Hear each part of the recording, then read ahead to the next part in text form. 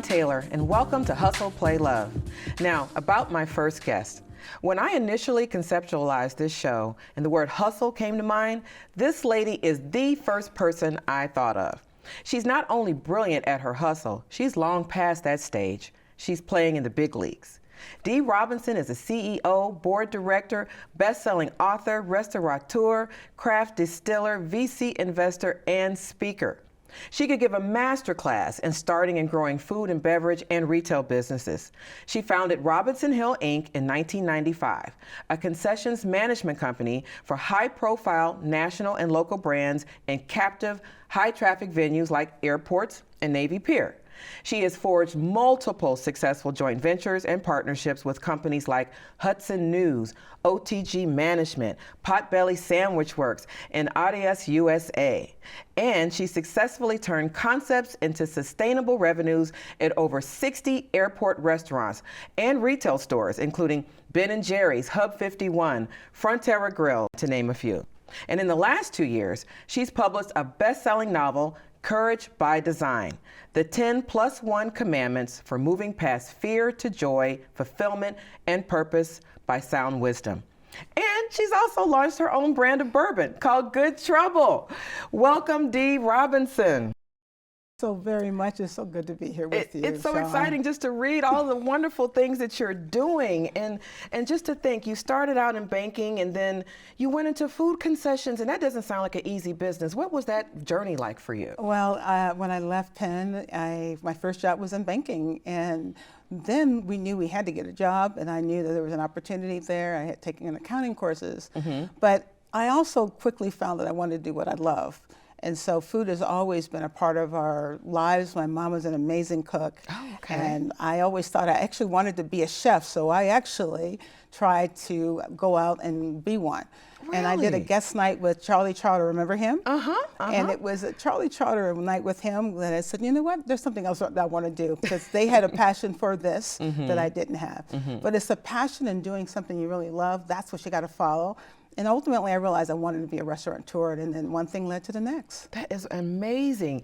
And so you've put together, obviously, you've got a model for success, and you have written about it in your book, Courage by Design. What really inspired you to want to tell this story about conquering fear? Well, first of all, I had to conquer my own. So in the book, I talk about how I knew that the way I was thinking was keeping me from realizing my dreams. And ultimately, I decided to write the book during the pandemic.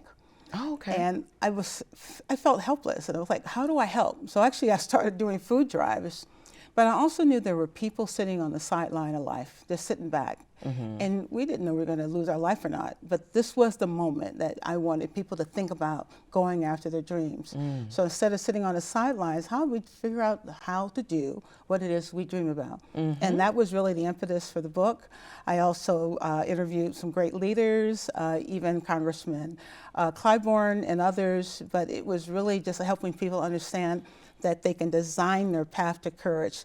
Fear is real, very real. And we sit there gripped by it, but we have to figure out a way to understand that it exists. But how do we go towards courage to start doing the things we want to do? It's really fear of failure, I think, that stops a lot of people. And, you know, it's one thing to say, overcome your fear, but that's a tall order for a lot of us. We don't even know how to start to overcome our fears. Well, you know what? I have this band on, and I keep it on because it's never one and done. And this is how, so I'm going to ask your readers to go out there, your viewers, to get a rubber band. And what I did, and this is right after leaving my job at Leo Burnett, and when I was not getting things done and then sitting there not achieving goals. And anytime I had a negative thought, I'd snap the band and I would reframe it.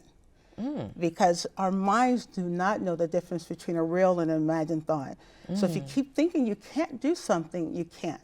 So I say, forget balance sheets, forget all of that. The best asset that we all have is our mind. You know, and we I have had a to friend tell me that, mind. you know, thinking negative thoughts or even saying it out loud can really impact you. And so we got to put that in check. Really. And sometimes you think, is it really that simple? But I'm here to tell you it is. And I put myself on sort of this positive thinking diet, and I kept saying, but it was interesting, you have to become conscious of how negative sometimes you think or how limiting you can think. You know, the reality is I didn't have money to start most of my ventures. Now, most will sit back and say, I can't do this, I can't do that because I don't have money. Money is never the problem. If you have a great idea, someone will fund it. But you're going to sit back there and say, no, no, no, I can't. And then you take yourself out of the game. And I call it closing doors before they even open. Or you can spend time trying to raise the money on your own when you could have been actually doing the thing and getting the investment in it. Yeah, and I'm raising funds even now. But you need to do both. And you balance it. But you know what you're good at. Now, then find other people then. If you can't do something, doesn't mean it can't be done. That means find someone else who can help you on the journey. And so whether it's finance, I'm not accounting, so you find great accountants, find great lawyers. Oh, I'm a horrible accountant, so yeah, I would definitely need I'm right, you got to snap the band. You got to say, snap the that's band. right. See, but there's those moments we have to capture. I'm not really happy you did that because it is those little things we say we're horrible at. We're not horrible. You didn't put the time in to be good. To be good. So why, right? So why are you saying you're horrible at something when in fact you didn't invest the time? Didn't, exactly. You know, in this book, I'm glad you started on it during the pandemic, so now it's out now, because this show is all about moving past the new normal. And I know a lot of people were doing a lot of soul searching during that time, and so much has changed since then. So I actually opened the show with a segment on DEI programs being under attack. And from your perspective as a Black woman business owner, with an eye toward equity and sustainability, where do you think we're headed with this? You know, we all know that, like our democracy, DE&I and other programs like that are under attack. There's a lesson here that I want to share with the audience. It's just something I had to learn. You know, we can easily get angry about the way things are. It can throw us off our game. But the reality is, you know what? Let them underestimate you. Let them have all the programs out there, but don't let them stop you from doing what you want to do. And I always said, look, let them underestimate and then go do you. And I can tell you story after story, and we can even talk about it when we talk about bourbon, how people try to get in my way, people try to take my liquid. I mean, there's things, but you remember this, they're doing this to actually take you off your game. And if you let them, you've allowed them to win. So even though it's under attack, more reason why we have to use our voice, we have to act. And we can't sit back and say, oh, look at now, it's not for me. And just continue to be excellent, because it was never about bringing in unqualified people. And that's the narrative that really annoys me when people say that. And you know what is also, it annoyed me as well. But here's what I also know. You say, well, you're less than. The reality is there is not one room that we're in that we did not fight and deserve to be in. And yet you're letting other people and have this imposter syndrome you hear about all the time. You deserve to be there. You fight fights and battles that other people don't even know how to fight. So use that energy, that courage, that drive, that hustle. Right? To go out there and do what you got to do. And forget about what other people think. That's the worst thing you can do, is worry about everybody else, play your game and win at your game. Yeah, and you know what? When I'm looking at companies that are moving away from that, or they're disingenuous about social justice programs, I noticed you were talking about that on LinkedIn, and there's a lot of smoke screen there, and I think we all see it through it now, though, don't we? Well, you know what? If they're running away from them now, you realize they weren't really committed in the first place. In the first place, so that's your signal. And again, not to allow it to do anything to change the way you do things, but how about this? Do business with people and companies that share your values. Do you really want to meet with this company? Do you want to do business? Out there. Yeah, they're out there. Right? They're absolutely out there. So I can't wait to get to good trouble, because first of all, okay, the name of the bourbon brings to mind, you know, one of our favorite people in history. Oh, Congressman. Lovely Congressman John Lewis. Yes. So, I mean, you were in food and beverage, so it actually isn't a huge leap for you to go into bourbon, but. You know what, nothing that I've done actually, whether it was retail to restaurants to now this, they aren't huge leaps. And in this case, what was so joyful about it, I was like, you know what, I've been in food for so long, why not? And I'm curious.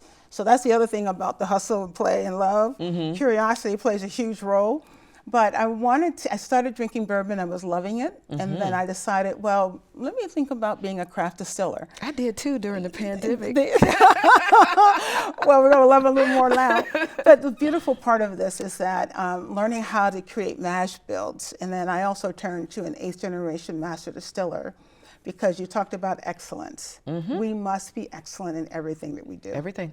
Yeah. And there's huge growth in the industry, but a lot of people aren't putting great things in the bottle. And a lot of people don't like bourbon because they probably did not drink the right bourbon or quality bourbon, and it burned, and suddenly they swore off of it. And they felt but there's bad the an next art day. and a science to making it, and there's could be a love for drinking it. Well, speaking of, How about this? You want to have a little? brought some for us to try. Well, Oh my first of all, God. one of the things I'll share with you is first we're going to say cheers. Cheers. And we look each other in the eye when you cheers, right? This is an official bourbon tasting glass. This is called like Glencairn. And so you'll take it up to your nose, and then the aromas of this bourbon. Tell me what you smell. Maple, Yes. wood, We have a wood leather smell, caramel. caramel. So, yeah, yes, definitely right? the Can't you caramel. smell- right? And it's gentle. It is. It's a gentle. very intentional, because now I'm gonna have you just take a little sip. Let's just sit on your tongue and then just let it glide down. Now, I don't know about you, but I got a little nice, warm, wonderful feeling on this drinking That's a little like bit trouble. Christmas morning in my mouth. Yes. It really is. Well, and it's not you- just the bourbon. You've got a whole line of products associated with this bourbon. Well, you know what? Good Trouble really is about a lifestyle. You mentioned Congressman Lewis, and that's why it was so important that I did this right. Oddly, Good Trouble actually was something my mom said he made it famous. I had an older sister, and twins came in the picture 10 years later, and my mom used to say the only kind of trouble we could get in was Good Trouble. Ah, okay. And that was during the 60s and how we had to show up. But I fundamentally believed he would be happy I'm doing what I'm doing, because he wants us to keep fighting, Yes. and he wants us to go out there and get in good trouble. We have to go out there and use our voice. This product really is about, bourbon is really just a tool. This bourbon is really intended to inspire spirited conversations, brave ones. When we break bread, when we drink, we find that we're more alike than we're different. That is true. And so That is how true. do we actually encourage people to start thinking about how we can be more human in those moments? That's what happens. We're just human. But the world wants to divide us, but this was a way to go out there and just help people think about shining their light. I fundamentally also believe that there's good in all of us. And if Yeah. we choose that good, that light, we'll close the gap. And so the image on the bottle is Lady Liberty. Oh, yes. And yes, and she's tweaked to be every nationality, and she's on a bull, and we're going to tame the raging bull of hate, misogyny, racism, and we're going to do it through a spirited conversation. And that's the essence of our story. I love that. That is lovely. Thank you so much, Dee, for sharing your journey with us and your Cheers. wonderful. Well, it's my pleasure, and thank you. Thank you so much. We'll be right back.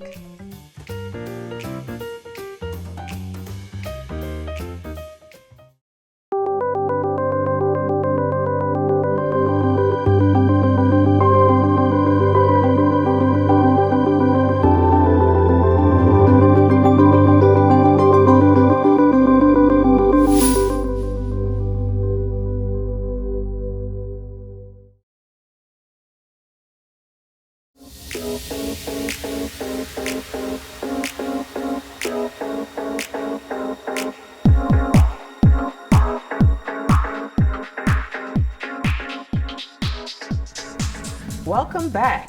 Play is on deck, pun intended. Chicago is a world-class city, and one of the reasons it has earned that distinction is the fact that it sits on one of America's 5 Great Lakes.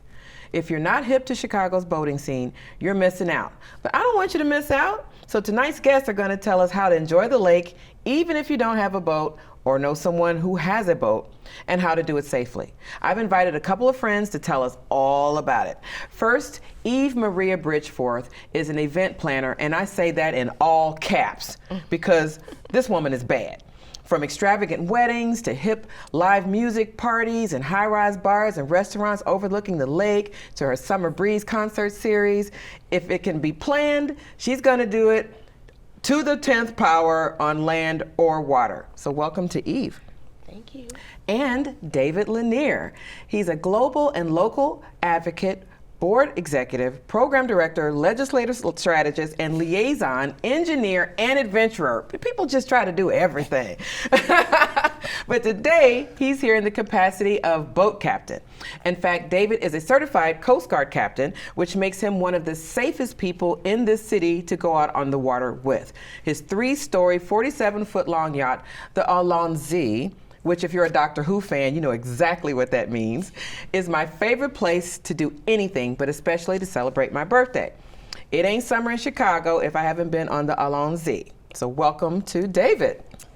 Thank you, and thank you for wearing your captain shirt. I love it. So did I get that right, Coast Guard captain? Yes, you did. Okay. There's an elongated version of it. Which I want to hear the elongated version. Come on, let's keep it going. All right. Well, I'm actually a United States Coast Guard certified Merchant Marine 100-ton master captain. 100-ton. Yes, ma'am. You need that like a necklace with 100-ton around your neck. Well, thank you. So, nothing beats a friend with a boat. Wherever I go, I try to meet people with boats. I mean, I don't care where it's at. If it's out of the country, if you got a boat, we're going to be buddies. But, if you don't know a friend with a boat, what are some other options to really enjoying the lake other than the cruises at Navy Pier? What do you do? So I'll take that one first to start, and then I'll hand off to you. So there are several things that people can do to go ahead and get onto the waterways. The first of which is to charter a boat. By chartering a boat, what you then are allowed to do is take someone else's boat out with a captain or without a captain, and that's a whole nother conversation. I was gonna say without a captain doesn't sound like, that sounds like you're doing it yourself. Correct. Okay. But there are some cases where you can actually be trained by a captain so that you can take the boat out. But those are all charters. So what you can do is go to a charter company, of which I work with several, and then go on out with your friends and enjoy a great time out on the water in a certain amount of time and have a great time. So you can find a charter company and say, I want to charter a boat, but I don't have a captain. You got a captain for me? And then they'll call you. What they'll do is they'll go ahead and they'll talk to that company, and they'll say, well, we want to go out, and that company will say, well, here's a list of captains. Now, then they'll go ahead and they'll say recommendations. Well, we'll say this person has a lot more experience, this person has a lot less experience, but ultimately it becomes the client's choice. But that is kind of how I get selected. Oh, okay, that's very cool. So charter, that's one way. What are now? How do you boat? How do you yacht in this town? So my boating life began about 15 years ago because I have friends with boats. Okay, And that's so good. I've been hanging out with friends with boats, I know, for about 15 years now. So that's how I fell in love with it. Now, fast forward to becoming an event planner. So for having fun on the boat, there's a few different ways you can do that. Chartering a boat, and then that's where I come in. So you can rent a boat for an afternoon or for an evening, and then I can bring on catering. We can do decor from flowers to birthday celebrations on the allotted amount for any given boat, because there's a certain amount of people you only can have for, and what that would be for you? About how many? Yeah. So what it gets into is the capacity. That's what she's talking about. So depending upon, that's why the 100-ton comes in. The 100-ton actually speaks more to the size of the boat and what the boat is equipped to handle. So that's what she was discussing. Okay. Right, and I'm sorry, go on. But so you get the boat and you drive the boat, but you bring the party. I can, You absolutely, bring the party, yes. right? Absolutely. So is that part of your event planning business now? It can be. I just started doing more so chartered events maybe over the last couple years. Okay. But last year, for the very first time, I chartered my own yacht for a private event, which is the Elite Yachts located at Navy Pier. Okay. And so this year, as part of my summer series, we're doing a yacht party. I think that's July the 24th. Oh, okay. And that yacht can accommodate up to 150 people.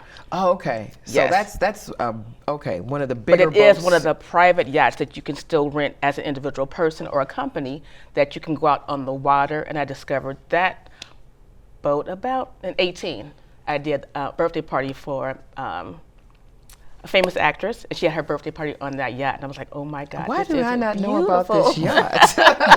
And Is that that's the Spirit of Chicago? No, it's not the Spirit of Chicago Okay. or the Odyssey, Or but the it's called Odyssey. the Elite Yacht, and it's a full-on private yacht, and you can have between, I guess, 75, but up to 150. It's like a rap video yacht. I guess, but it's on 4 levels, and so the top is a full open top deck, and then you have a very sexy lounge, and then it's a full dining area, third down, that can accommodate 150 people seated for dinner. Then there's a private lounge below. So when I did my party, I think we were at 118. Wow. So you can't go more than 150, but you can have as little as, I would say, 75. So you could definitely have a wedding on this yacht. Yeah. You could have a private birthday party, so it's full dinner. And on my night, it's a Wednesday, so you get the fireworks. And it's a Nice. 4-hour experience, though. Oh, that sounds wonderful. Look at Yes. me learning about stuff on the So water. it's very exciting. So there's definitely more diversity, I think, on the water today. When I first met David, gosh, it's been, I'm gonna say, I was trying to figure that out. I was It's trying to at figure it least out, too. 15, 20 years. it may be 20 years ago. Yes. I'm trying to think. My son, I did have my son, and I remember the first time I met you, I was like, Black Boat Captain. Didn't see that too often. I mean, you didn't really see us down there too often either. Correct. So are we seeing more diversity on the water? Oh, absolutely, absolutely. The what is happening is that, in my opinion, people are discovering that the boating lifestyle, and that's what it is a great alternative. It's a great place to be. And also, I think that as people become a little bit more successful, they're finding out that the boating lifestyle is another way to go ahead and enjoy yourself and your successes. And as the Black community in particular has gone ahead and discovered it, we are really embracing it. And I think that Eve has seen that. Because again, you can almost create your own party, you can bring your own party. It's not that you can't go out to a club, but when you can make the boat your club, Yes. and you can bring your own guests, then it's a great alternative. You know, I wonder too if there's some exploitation now that's kind of going on, because I just feel like I got had last year. I went to a Black Yacht Weekend. I didn't see not one Black captain. I didn't see not one boat in that whole operation. It was, they had a mixer in the West Loop, but I'm supposed to catch a boat down on the river. Why would you do that? And then it was supposed to continue at the lakefront. And I went there. Now, okay, granted, you know, I've been here for a little while, and I know the young people always want to come near the end of the party. But if you're on the lakefront, why would you wait? I was an hour and a half late. I thought I was fashionably late. Girl, wasn't nobody down there. Nobody was there. And I emailed the organizers, and I was like, where were you all? Oh, you came too early. I came an hour and a half late. How was I too early? It's just crazy. So I just think there's some watch out there now kind of stuff going on. Absolutely. And I think Yeah. you need to be careful if you're finding events online, to definitely do your research, Yeah. find out about the promoter or the event planner so you can see the history of what they've been doing prior to that event is helpful. Because they're very timely, especially on a big vessel, they'll leave you. And so it's very important to give the correct times for everything. It's very Yeah. important to, because there's a beginning time, there's an end time. Yeah. So even for something more private like what he does, or even for the bigger vessels, they give you about an hour and 15 minutes to board. And then once they take off, so it's definitely important to find out who the planner is, who the organization is, to make sure that you have a good time on the water Yeah, that don't night. get took, because there was no such things last year as a Black Yacht Weekend. Yeah, and you know, and I'm good. I called David. David was like, huh? I've never even heard I'm of willing that to talk before. about the Black Yacht Weekend, but the other part that I would also go ahead and dovetail on what Eve was saying is that when you're dealing with certain organizations, they're going to have a very strict time schedule because there are events before, there are events after, and they have to have time to go ahead and clean up and prepare the boat so that Right. the boat can go out safely and return safely. So they're requiring you to go ahead and be much more vigilant with your time. When you go ahead and have a private charter. So now you get a little bit more leniency. However, Yeah. the unexpected part is that clock is still started. So there is still a very real start and stop time. Did you rent by the hour? Correct. Okay. So if Yeah. they say be here at X time, they're saying now you're paying for that now. That's where you're at. So how much does it cost really to charter a boat for maybe 4 hours, say 4 or 5 hours? Wow. That's going to again depend on the size of the boat. And that's one of the things that Eve was also talking about. So just to give you some ballpark numbers, if you were to do a boat that had a maximum capacity of, let's say, 12 passenger total, you're probably looking anywhere between $600 to $1,000 an hour, not including the captain. Okay. When you start talking about vessels her size, which again, remember that whole 100-ton thing? I can operate boats that large, but there are some boats which are much smaller. So those boats you might be looking at, let's say, $400 to get to the $600 an hour. Okay. So it's gonna range. So, I mean, you know, if you balling, you know, you pick up the tab for all your friends. If you're not balling, like me, you charge them. Of course. You charge them to get on the boat, and it shouldn't be a problem, you know. No. Well, I will just say this. I've had some people be apprehensive until they got on it, and they were like, oh my God, you know. They I didn't felt know. like it was my birthday, you know. So it is a really, really good time. So you've got a yacht series that's going to be going on this summer. You also got something else going on this summer, your Summer Breeze concert series. Yes, ma'am. Where can people learn more about that? You can go to my website, which is www.eventsbyeve.com. I'll give you all the information about the summer series in general. And then once you sign up on the list on that website, then you'll get all the other information about the yacht party, the summer series, and anything we may have between, say, the spring and all the way through the December months as well. Okay. And what about you, Captain David? How do we find out about you? I would say contact some of the companies I work with, like Meridian Yachts, Pinnacle Yachts. And then when the summer starts to really get going, we're going to have the black scene. Oh, yeah. So, yes. We're going to have a real black scene. Yes. Not that fake one I was on. Okay. Correct. All right, then. We'll be right back.